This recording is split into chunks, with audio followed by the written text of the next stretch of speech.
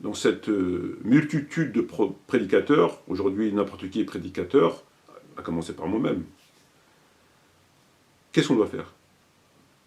On écoute un peu celui-là, qu'est-ce qu'on doit faire? Non, on n'écoute pas un peu celui-là. Il y a deux types de prédicateurs. Deux. Et dans ces deux types, vous avez une multitude de prédicateurs différents. Il y a le prédicateur qu'il faut invalider. Poubelle. Quand je dis poubelle, c'est poubelle. C'est poubelle.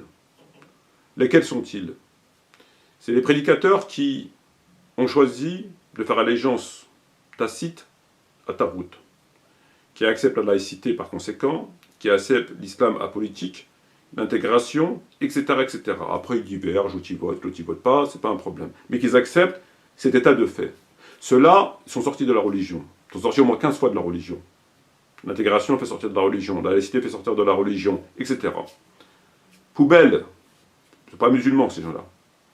Pas musulman, tu mets poubelle. Vous les suivez, ils vous emmènent en enfer. Pourquoi ils vous emmènent en enfer? Pour deux choses. La première des choses, c'est parce que vous êtes dans le haram, vous n'êtes pas musulman, vous ne donnez pas la zakat, il n'y a pas d'union, il n'y a pas d'ordonner le bien de interdire le mal, vous êtes complice dans le sang, vous n'êtes pas musulman. Vous n'êtes pas musulman, vous allez mourir en pratiquant 2 ou 3 versets. Et tout le reste vous n'êtes pas musulman. Le jour de la résurrection, le jugement de Dieu il est simple, c'est des balances, celui dont les œuvres peseront lourd et celui dont les œuvres peseront légères, c'est tout. Qu'est-ce que vous attendez, vous, pour remplir votre balance? Qu'avec ça? Et tout le reste, complicité? Donc ça, c'est poubelle.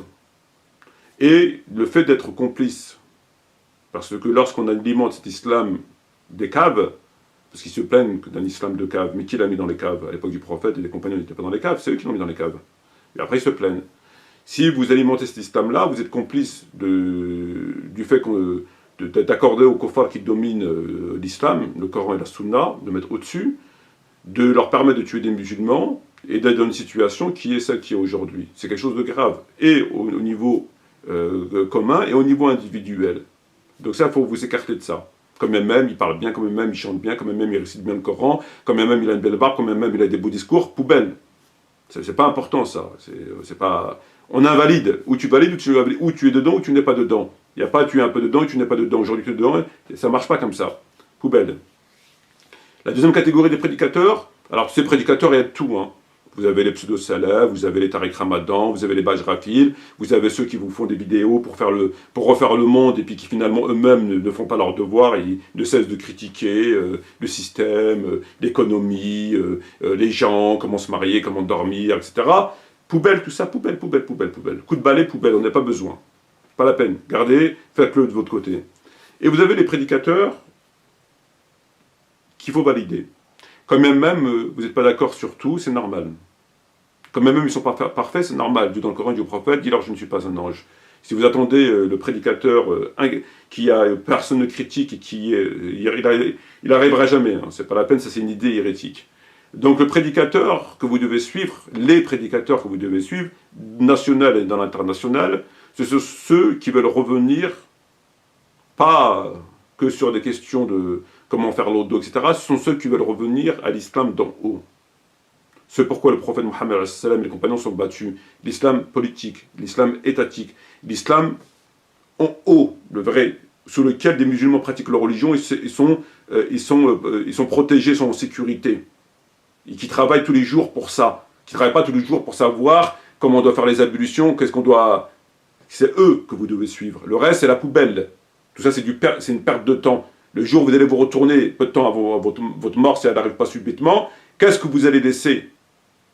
Qu'est-ce que vous avez fait et qu'est-ce que vous avez laissé à vos enfants? Ça, c'est poubelle. Il faut suivre ceux-là.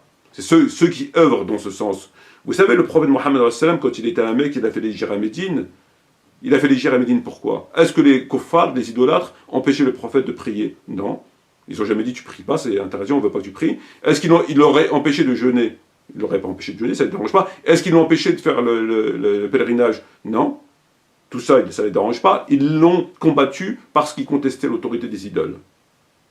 Et comme le prophète ne voulait pas céder sur l'autorité des idoles, comme il y a même les versets sur la daoula et le code pénal et commercial et civil n'étaient pas révélés, ils contestaient l'autorité des idoles. Et c'est à partir de là qu'ils l'ont persécuté et qu'ils étaient obligés de faire l'égir. Parce qu'il voulait, il était hors de question qu'il y avait plusieurs dieux, plusieurs autorités. Et après, ça s'est développé au niveau de la Constitution. Il y a deux catégories de musulmans. Aujourd'hui, ces musulmans-là que vous voyez, qu'on appelle bisounours, et ces musulmans-là, ils n'auraient pas fait l'égir. Ils auraient dit au prophète, va toi faire l'égir. Hein. Bon, le prophète ne peut pas lui dire, mais ça aurait été quelqu'un qui n'a pas la preuve qui n'est pas prophète, hein, parce qu'un prophète, on ne peut pas le critiquer tout en étant crédible. Il serait resté à la Mecque avec les kuffars. Eh ben, nous, on pratique notre religion sereinement, paisiblement, on fait la prière, on fait le ramadan, pas de souci. Pourquoi qu'on va faire la hijra? Ils auraient été tranquilles. Eux, ils auraient laissé tranquille Tarout, et Tarout, ils les auraient laissés tranquilles. Rien que ça vous donne un élément de réponse. Alors, c'est qui? Aujourd'hui, qui est persécuté? Cette situation, si vous suivez cette situation, sachez bien une chose. Si vous continuez à pratiquer cet islam-là, de 3 versets et tout le reste de travers, avec toutes les conséquences que ça a au niveau de l'islam, au niveau de votre personne, et votre responsabilité, il y a 2 choses qui vont se passer. La première des choses, c'est où vous allez aller en enfer, parce que c'est écrit comme ça dans le Coran et dans la Sunna. Prier n'a jamais interdit aux gens, et n'est pas une protection contre l'enfer. Ça, je ne vous apprends rien. Jeûner non plus. Donc, où vous allez en enfer directement, ou vous allez, dans le meilleur des cas, accéder au paradis très bas. Parce que vous voulez aller où avec ça? Regardez, vous faites la prière et le ramadan, regardez tout avec quoi vous êtes en contradiction. Est-ce que vous savez que vous êtes complice du sang des musulmans par votre aide économique, par votre silence, par le fait de ne pas œuvrer pour un islam étatique? Et que par conséquent vous acceptez, etc. Je ne vais pas faire un cours ici. Donc c'est très simple. Donc ça, c'est poubelle. Poubelle. Et ça, vous devez les suivre. Maintenant, une fois que vous avez validé la catégorie de prédicateurs qui est dans le haqq, ils abordent différents sujets, vous prenez, vous laissez. Sur tel point il a raison, vous prenez, sur tel point il a tort, ça ne touche pas la croyance. C'est des sujets où on a droit de diverger. On n'est pas tous... on est tous différents. On a tous... les savants ont divergé, les érudits ont divergé, les compagnons ont divergé, c'est normal. Tant que la personne ne dit pas des hérésies et n'égare pas les gens. Tant qu'il est musulman et qu'il ne dit pas des hérésies, qu'il n'égare pas les gens, il n'y a pas de problème. On a le droit, au contraire, ça enrichit. On suit les meilleurs arguments. Alors maintenant, il reste une chose. Il reste une chose. On voit des réfutations, pour parler que moi-même, des critiques, des machins. Bismillah, le débat. Parce que je dirais des choses fausses. Bismillah, le débat. Ramenez ces gens. Pourquoi ils se sentent obligés de se cacher? À jouer avec les fils, là, à couper à ce moment-là, et comme ça, et couper le passage là. Et pourquoi? C'est la sunna, ça, c'est le prophète qui faisait comme ça. C'est le prophète, ça. Je sais pas. Pourquoi cette volonté de nuire? Dans le meilleur des cas, il a dit des choses fausses. Ça justifie ta haine, tes insultes, tes calomnies. Il est dans l'erreur, ben corrige-le. Fais le nasiha. Fais le da'wa. Voilà, tu te trompes sur ça. Non, on ne voit pas ça.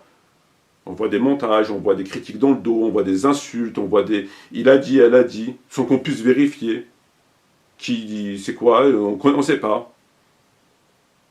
Donc, il va falloir à un moment donné comprendre une chose qui est très simple. Si vous ne validez pas ces 2 points, le point de jeter ça à la poubelle et de ça de suivre, donc on dégage tout ça, on suit par là, et le point que ça ne nous intéresse pas, c'est secondaire, nous on valide les sujets qui nous semblent exacts, et dans le meilleur des cas, si tu estimes qu'il s'est trompé, fais un débat avec lui. Arrête de m'envoyer des liens, arrête de me dire il a dit. Ça, c'est pas l'islam. Le musulman ne se comporte pas de cette façon. Jamais un musulman ne se comporterait de cette façon. Même le kuffar ne se comporte pas de cette façon. Le musulman, il vient en face. Il parle avec politesse. Voilà, tu as dit dans telle vidéo que, je ne sais pas, le Coran, il est incomplet. Parce qu'ils aiment bien ces sujets. C'est du kufr, tu sors de l'islam. Et on discute devant un public.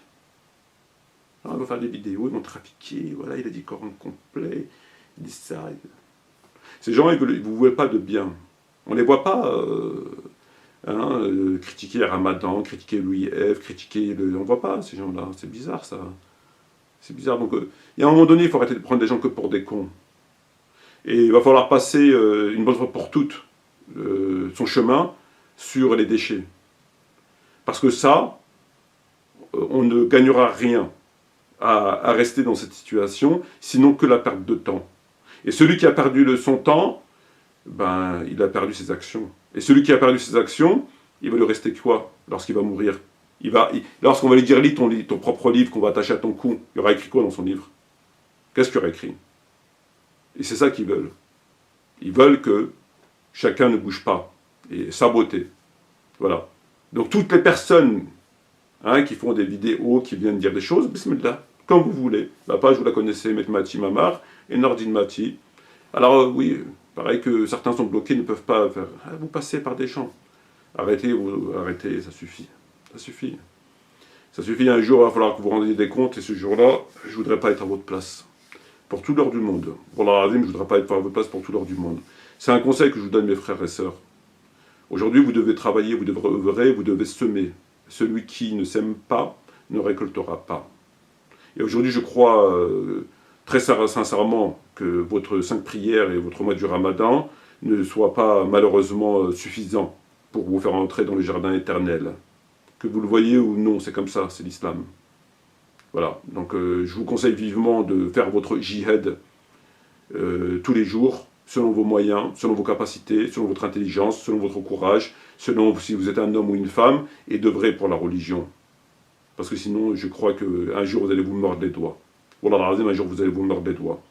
Parce que le jour où vous allez, peu de temps avant de mourir, et que vous allez voir que vous avez, ma foi, vous allez le regretter. Ne laissez pas le temps passer.